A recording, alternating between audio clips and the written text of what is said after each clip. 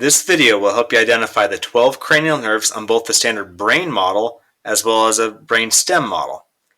So these are both ventral views, also known as anterior or frontal views. It's important to note that because that's where we're going to see all of the cranial nerves. Because all of the cranial nerves, except for cranial nerve 4, are going to emerge anteriorly on the brainstem or brain. Cranial nerves 1 and 2 directly originate from the cerebrum, whereas the rest of our cranial nerves are going to originate directly from the brainstem. So that makes the very first two easy to identify, being outliers. Now, one important thing to note is with all cranial nerves is they are paired, meaning we're going to see them both on the left and the right, so keep that in mind. Cranial nerve number 1, the olfactory nerve, transmits the special sense of smell. It's not shown on the brainstem model, but we see it on the brain model, and it's situated, parts of it are situated below the frontal lobe of the brain right here. Now, important thing to note is we're actually looking at the olfactory bulb right here, the enlargement, and the olfactory tract just right here, which carries nerve fibers back towards the brain. Now, technically, the olfactory nerves, there's many of them. They're tiny, and they're actually penetrating through the ethmoid bone inside of the skull, and they go into the nasal cavity here, and they receive a special sense of smell, transmit it back via the olfactory bulb and tract. Now, with cranial nerve number 2, the optic nerve also transmits a special sense, this one being the special sense of sight. On the brainstem model, look for this X right here. Whereas in front of that X, here and here, we have the optic nerves. So over here, optic nerves, both sides, left and right. Just behind it is the center part of the X, that's the optic chiasm. That's where some of the nerve fibers are going to cross over to go to the other side of the brain, whereas some stay on the other side of the brain. Below that, on each side, we see the optic tracts. So we have optic nerve, optic chiasm, optic tract. And over here, optic nerve, optic chiasm, optic tract. And again, it's bilaterally symmetrical, so we see the same structures both on the left and the right.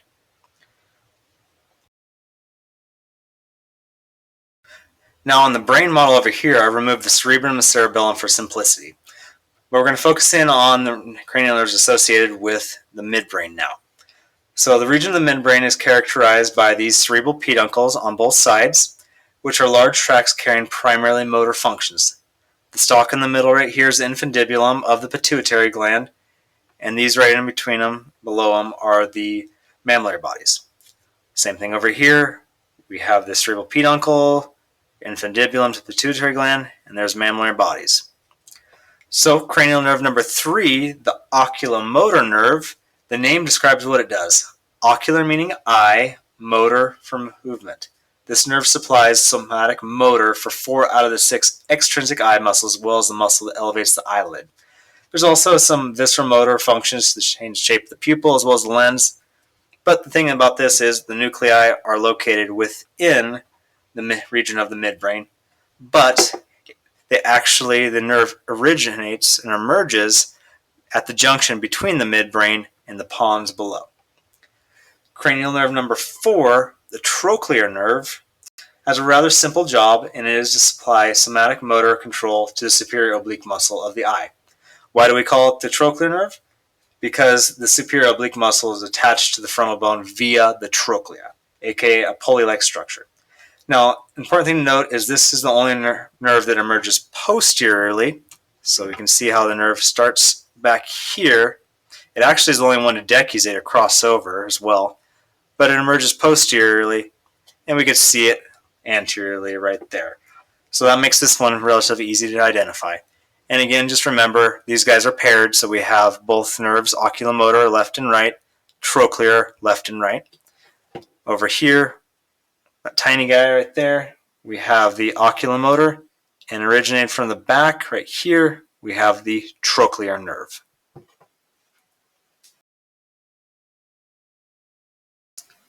So the next 4 are grouped here because all of their nuclei are located mostly within the region of the pons. That's this enlarged region over here as well as over here. Cranial nerve number 5, the trigeminal nerve, will be the largest nerve exiting the brainstem. So that's going to make it easy to identify. It's called the trigeminal nerve because it has 3 different divisions. Although they're not visible in this model, they would appear shortly after this point here. So it's a mixed sensory and motor nerve, and it has a lot that innervates. Most of it is sensory and supplies general sensory to the face, but there is this small motor root right here that supplies the muscles of mastication, aka the chewing and jaw movement muscles. So again, just look for a large nerve that's emerging laterally on the region of the pons. Cranial nerves 6, 7, and 8, again, all have nuclei mostly located within the pons, but they emerge at this junction line right here between the pons above and the medulla below. So the pontomedullary junction. Cranial nerve number 6, the abducens nerve, just like our trochlear nerve up above, it has a single muscle that it innervates. In this case, it supplies motor to the lateral rectus muscle of the eye. Now, the function of that muscle is to primarily abduct the eye, thus giving our name here the abducens nerve.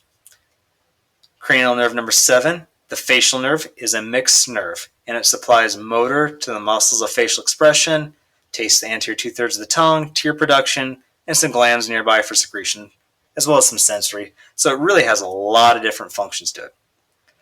Cranial nerve number 8, the vestibulocochlear nerve. It's a special sensory nerve and has 2 parts. Vestibular for balance and stability, and cochlear for hearing. Think about cochlear implants if you ever heard that. So again, all 3 emerge from that junction line right here, and they go 6, 7, and 8 from midline to laterally. Over here on our brain model, we have the pons. You can see our trigeminal nerve, number 5. We look for that junction line between the pons and the medulla. We have cranial nerves 6, 7, and 8.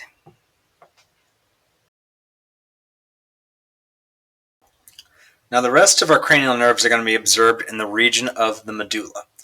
Now on each side of the medulla, we can see pyramids here and here, and more laterally, we have the olives on each side. The transition to the spinal cord below is rather subtle, but it occurs as we go through the foramen magnum of the skull. Cranial nerve number 9. This is our glossopharyngeal nerve. So our glossopharyngeal nerve is another mixed sensory and motor nerve, and the name tells you what it does. Glossal for tongue and pharyngeal for throat. So somatic motor for swallowing, visceral motor for salivation, sensory of the posterior third of the tongue, pharynx, as well as the palate. Below that, we have cranial nerve number 10, the vagus nerve. And this is another mixed sensory and motor nerve. And this has a really large distribution, including the pharynx and the ear, but largely controls function of the heart, lungs, and digestive tract in the thorax, as well as the abdominal cavity. So it really is a very important nerve. Below that, cranial nerve number 11, the accessory nerve. Now it's named as such because it really has 2 parts. The cranial branch actually combines with the vagus nerve, but it can be considered part of the vagus nerve, and it's really debated by anatomists. So we're going to exclude that and just consider the spinal branch down here as being the cranial nerve number 11. Now, spinal branch comes from none other than the spinal cord.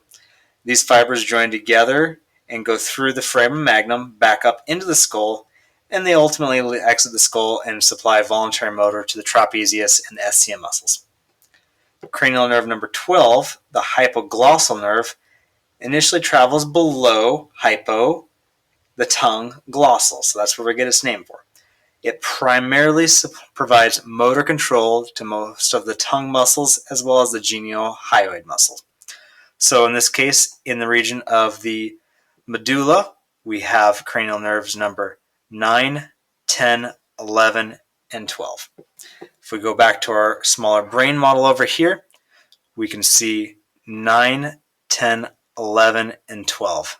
A bit harder to see, but you can see the pyramids in the middle, as well as the olives more laterally. And again, look above, you can see the pons, and then the medulla below. There's our junction line that separates these nerves. So this may help you remember the cranial nerves. It's not the best mnemonic, but it can help you out in the beginning. So O for olfactory, remembering that this is actually olfactory bulb and tract. Once, optic. One, oculomotor. Takes, trochlear. The, trigeminal. Anatomy, abducens. Final, facial.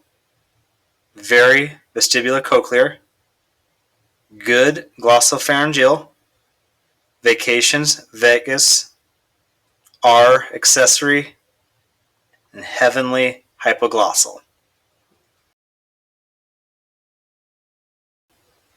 All right, time for a quick review, starting with cranial nerves number 1 and 2 associated with the cerebrum. We have cranial nerve number 1, olfactory nerve. This is technically olfactory bulb, olfactory tract. Cranial nerve number 2, the optic nerve. Then we have optic chiasm and optic tract. Moving on to the midbrain region, we have 2 nerves. Cranial nerve number 3, oculomotor. Cranial nerve number 4, trochlear. Moving on to the region of the pons, we have cranial nerves 5, 6, 7, and 8. Cranial nerve 5, trigeminal. Pontomedullary junction down here. We have cranial nerve 6, the abducens. Cranial nerve 7, facial. Cranial nerve 8, the vestibulocochlear. Moving on to the region of the medulla oblongata, we have cranial nerve number 9, the glossopharyngeal. Cranial nerve 10, vagus. Cranial nerve 11, accessory nerve. And cranial nerve number 12, the hypoglossal nerve.